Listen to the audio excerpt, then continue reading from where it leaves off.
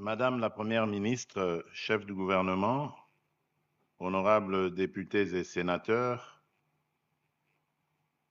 Mesdames et Messieurs les membres du gouvernement, honorables présidents des assemblées provinciales, Madame et Messieurs les gouverneurs de province, distingués participants, Mesdames et Messieurs, au terme des travaux de la 13e session de la conférence des gouverneurs de province, je voudrais, avant toute chose, saluer la qualité des échanges que nous avons eus, la franchise qui a marqué nos débats, ainsi que le sens de responsabilité dont chacun a su faire preuve.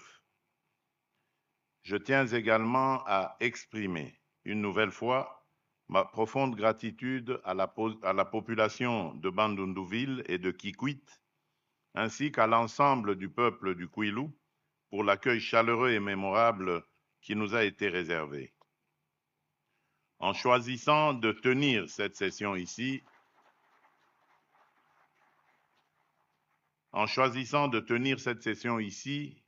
au cœur d'une province au potentiel immense, nous avons voulu faire plus qu'honorer une exigence institutionnelle. Nous avons voulu placer notre réflexion au plus près du terrain, au contact des réalités, des attentes et des promesses de nos territoires. En ouvrant ces assises, j'avais souhaité qu'elles soient un moment de vérité, de responsabilité et d'engagement collectif. Je puis dire, en les clôturant, que cette exigence a été pleinement rencontrée.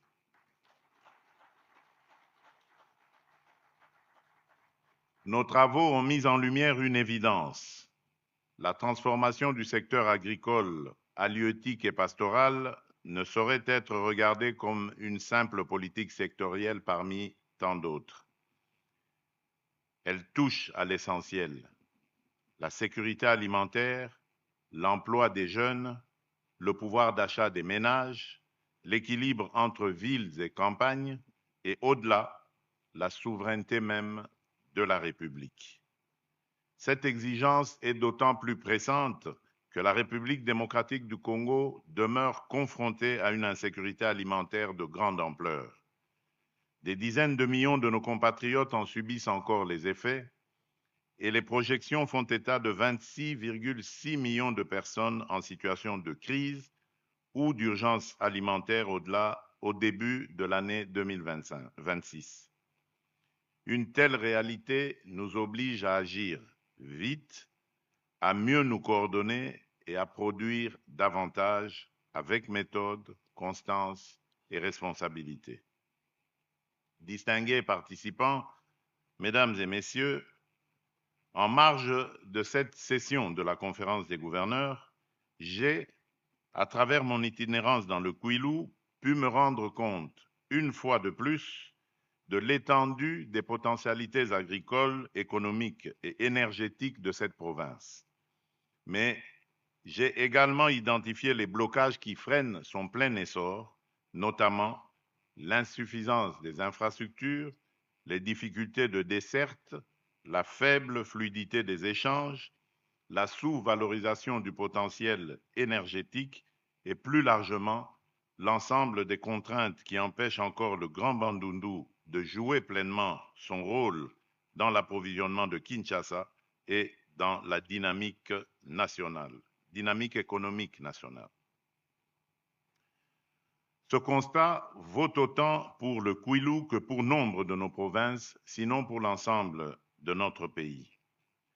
C'est pourquoi les solutions que nous préconisons ici ne doivent pas être regardées comme des mesures limitées à une seule province. Elles ont vocation à inspirer, avec les adaptations nécessaires, une approche plus large, appelée à être étendue à toutes les provinces présentant des potentialités comparables et confrontées à des contraintes analogues. À cet égard, les priorités identifiées pour le Kouilou revêtent une portée exemplaire. Et je veux aujourd'hui en réaffirmer avec clarté toute la portée stratégique. La première priorité est la relance de la production agricole dans le Kouilou, et plus largement dans l'ensemble du Grand Bandundu. Cette région dispose de terres arables abondantes, d'une vocation nourricière évidente et d'une proximité stratégique avec Kinshasa. Elle peut et elle doit redevenir un bassin majeur de production vivrière, de transformation locale et de création de richesses. Mais une telle ambition ne se réalisera pas par de simples déclarations. Elle suppose des investissements utiles, des intrants accessibles, un accompagnement technique des producteurs, une meilleure organisation des coopératives, des mécanismes efficaces de collecte et d'évacuation, ainsi qu'une véritable logique de chaîne de valeur depuis le champ jusqu'au marché. Mais produire davantage sans pouvoir évacuer, c'est décourager. Produire sans transformer, c'est appauvrir. Produire sans relier les bassins de production au marché, c'est laisser mourir la valeur même avant même qu'elle n'ait été créée. C'est pourquoi la réhabilitation des infrastructures de connectivité revêt ici une importance décisive. Elle concerne au premier chef les infrastructures routières stratégiques, notamment la route nationale numéro 17 sur l'axe Mongata-Bandundu. Cet axe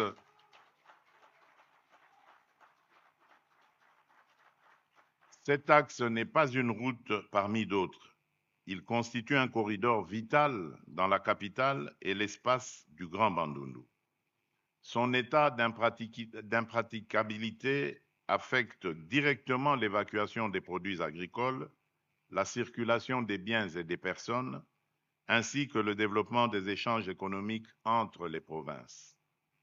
En outre, cet effort de réhabilitation doit également intégrer les infrastructures fluviales et portuaires, en particulier le port de Bandundu, dont l'exploitation connaît aujourd'hui un ralentissement préoccupant. Le manque d'équipements portuaires fonctionnels, l'indisponibilité ou la vétusté de certains matériels de manutention, notamment les grues, réduisent fortement les capacités de chargement et de déchargement des marchandises. À cela s'ajoute la dégradation avancée de plusieurs infrastructures essentielles, notamment les bâtiments portuaires dans un état de délabrement prononcé, ainsi que les quais profondément détériorés au point de poser de réels problèmes de sécurité et de limiter l'accueil optimal des embarcations. Dans une province comme le Kwilu, appelée à jouer un rôle accru dans la relance de la production agricole et dans l'approvisionnement des grands centres urbains, une telle situation ne peut perdurer. La modernisation des infrastructures routières et portuaires doit donc être envisagée de manière complémentaire dans une même logique de désenclavement, de fluidification des échanges et de soutien à la production. J'instruis en conséquence le gouvernement d'engager avec diligence les actions requises en vue de la réhabilitation de la route numéro 17, particulièrement sur le tronçon Mongata-Bandundu, ainsi que la remise à niveau du port de Bandundu et de ses équipements essentiels.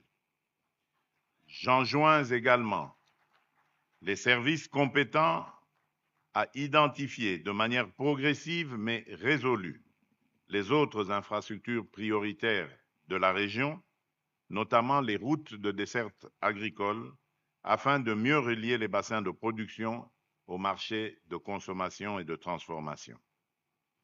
Mesdames et messieurs, nous devons aller encore plus loin. La question n'est pas seulement de relier Bandundu à Mongata, la question est de mieux relier les provinces entre elles. La question est de rendre possible une économie intérieure plus fluide, plus cohérente et plus intégrée. D'où la troisième priorité, qui est la promotion du commerce interprovincial et la dynamisation de l'économie locale. Nous ne pouvons plus nous satisfaire d'un pays vaste dans sa géographie, mais fragmenté dans son économie. Il ne suffit pas de relier les territoires à la capitale. Il faut aussi relier les provinces entre elles. Le commerce interprovincial doit être libéré des lenteurs administratives, des ruptures logistiques, des barrières indues, des tracasseries, des prélèvements illégaux et de la multiplication de taxes qui découragent les producteurs et étouffent l'initiative. À l'heure où la ZLECAf nous invite à renforcer les échanges intra-africains et les chaînes de valeur régionales, nous devons d'abord commencer par fluidifier notre propre marché intérieur. Il n'y aura pas d'intégration africaine forte sans intégration économique nationale crédible. La quatrième priorité est la valorisation du potentiel énergétique. L'énergie est la condition silencieuse mais décisive de toute transformation économique sérieuse. Une énergie fiable et accessible est indispensable à l'industrialisation locale, à l'essor de l'agro-industrie, à l'installation d'unités de transformation et à l'attraction des investissements productifs. Là où l'énergie fait défaut, la production plafonne et l'investissement hésite. Là où elle devient disponible, c'est toute la chaîne de valeur qui commence à se structurer. À cet égard, la mise en service historique du barrage de Kakobola représente une opportunité stratégique pour le Kwilu et pour toute la région. Il doit être considéré non comme un projet isolé, mais comme un levier structurant pour l'agro-industrie, la transformation locale, la création d'emplois et l'attraction d'investissements productifs dans le Kwilu et au-delà.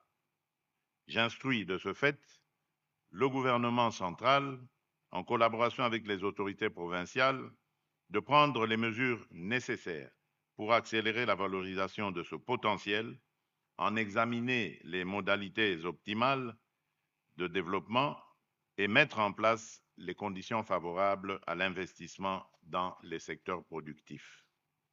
Ce que nous engageons pour le Kwilu doit ainsi préfigurer une méthode de transformation applicable à toutes les autres provinces. Partir des potentialités réelles, lever les blocages structurels, investir dans les infrastructures, fluidifier les échanges, sécuriser l'énergie et organiser l'action publique autour des résultats tangibles. C'est à cette condition que nos provinces deviendront partout sur le territoire national de véritables pôles de production, de croissance et de prospérité. Distingués participants, mesdames et messieurs, la transformation de nos provinces ne dépend pas seulement des moyens financiers, des routes ou de l'énergie. Elle dépend aussi, et peut-être d'abord, de la qualité de notre gouvernance. Je l'ai affirmé à l'ouverture de cette session. Je le réaffirme à la clôture. La stabilité institutionnelle dans les provinces est une condition du développement. Là où les conflits entre exécutifs provinciaux et assemblées provinciales se multiplient, là où les rivalités de personnes prennent le pas sur le sens de l'État, là où les mécanismes de contrôle sont détournés à des fins de pression, de blocage ou de marchandage, l'action publique s'affaiblit, l'investissement recule et les populations attendent en vain les résultats qui leur ont été promis. C'est pourquoi j'en appelle une fois de plus à la responsabilité politique de tous. Ce dont nos provinces ont besoin, ce ne sont ni des institutions rivales, ni des institutions paralysées. Ce dont elles ont besoin, ce sont des institutions solides, résilientes, qui coopèrent et qui gardent en toutes circonstances le souci supérieur de l'intérêt général et du bien-être des populations. Madame et Messieurs les gouverneurs de province, j'ai suivi avec une grande attention vos différentes adresses et je tiens à vous assurer qu'elles ont retenu toute mon attention. Les préoccupations et attentes et propositions qui y ont été exprimées traduisent à la fois la gravité des défis auxquels nos provinces sont confrontées et la volonté partagée d'y apporter des réponses appropriées. Je demande à Madame la Première ministre, vice-présidente de la Conférence des gouverneurs, de prendre en charge avec diligence les doléances formulées et de s'employer à la recherche de solutions possibles dans le respect de la loi et au regard du contexte particulier que traverse notre pays. Comme vous l'avez justement rappelé, dans notre pays, la production vivrière repose principalement sur les paysans et les coopératives. Ce sont eux qui, chaque jour, portent l'effort nourricier national. À ce titre, ils doivent être placés au cœur de notre action politique. J'attends donc du gouvernement qu'il renforce l'organisation des exploitants, qu'il structure et accompagne davantage les coopératives, qu'il améliore l'accès aux intrants, aux technologies et aux marchés, et qu'il veille à une meilleure sécurisation du foncier agricole.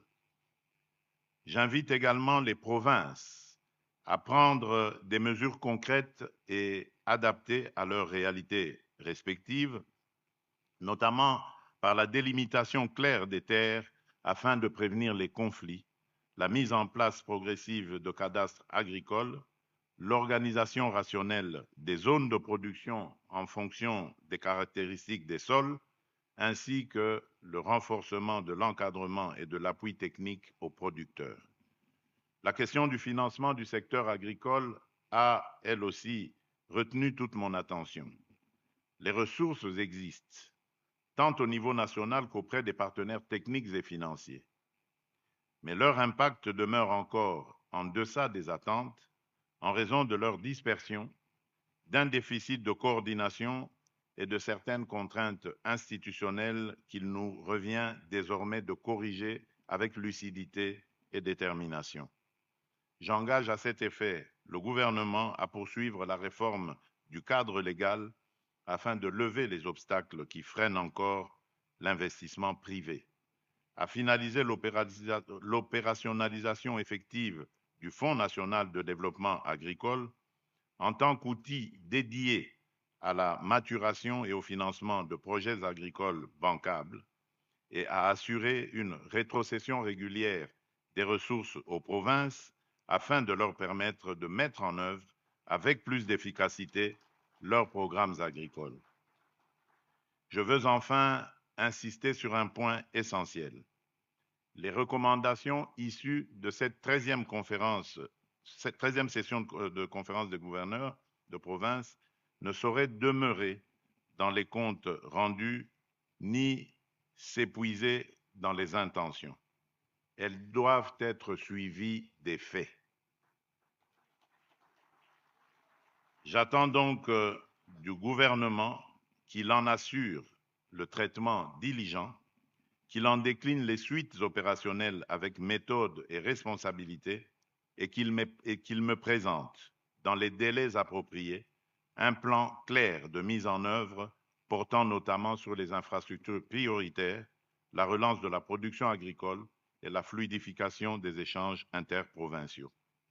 J'attends également que les suites de cette conférence permettent l'organisation rapide de l'atelier de haut niveau sur la gouvernance du secteur agricole afin de mieux articuler les interventions, de clarifier les responsabilités, d'améliorer le climat des affaires et de doter notre pays d'un cadre plus robuste de pilotage de la transformation agricole.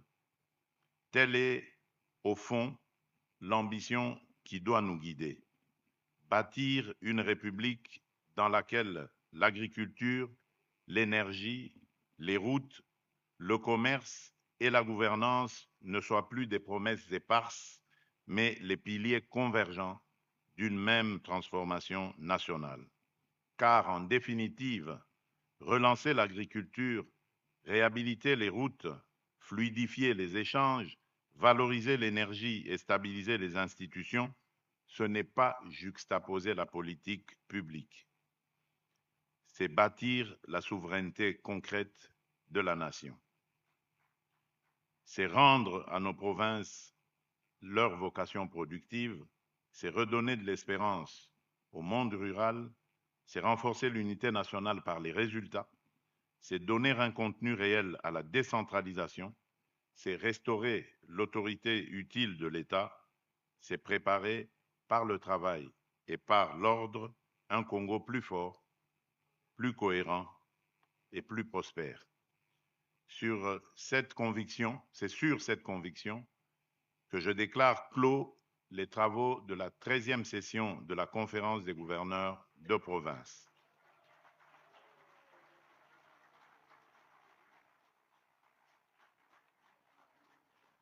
J'annonce par ailleurs que la 14e session se tiendra à Matadi, dans la province du Congo central, au mois de décembre 2026. La 15e session, quant à elle, aura lieu dans la ville de Kananga, chef-lieu de la province du Kasaï central. Que Dieu bénisse la République démocratique du Congo et son peuple. Je vous remercie.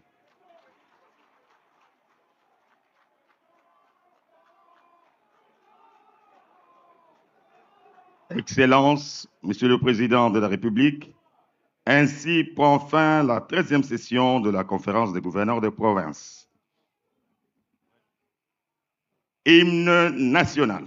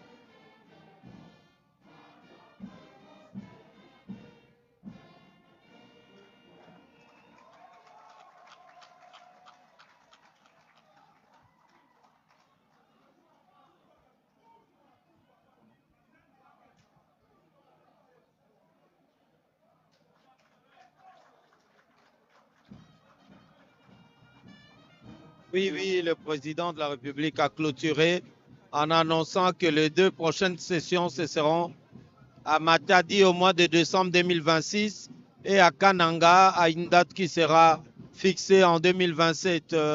Edi Chala.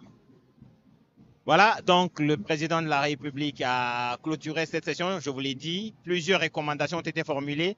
Celle de la 12e, le vice-premier ministre, ministre de l'Intérieur, Jacques Chabani, a donné le niveau d'exécution de chaque recommandation dans ses provinces, dans son compte rendu public, 25% pour les recommandations totalement exécutées et puis une trentaine de recommandations sont en cours d'exécution, ce qui fait environ 60%, et puis une recommandation non exécutée, soit 2%. Et tous les détails ont été donnés et plusieurs recommandations ont été faites pour cette nouvelle session avec un accent particulier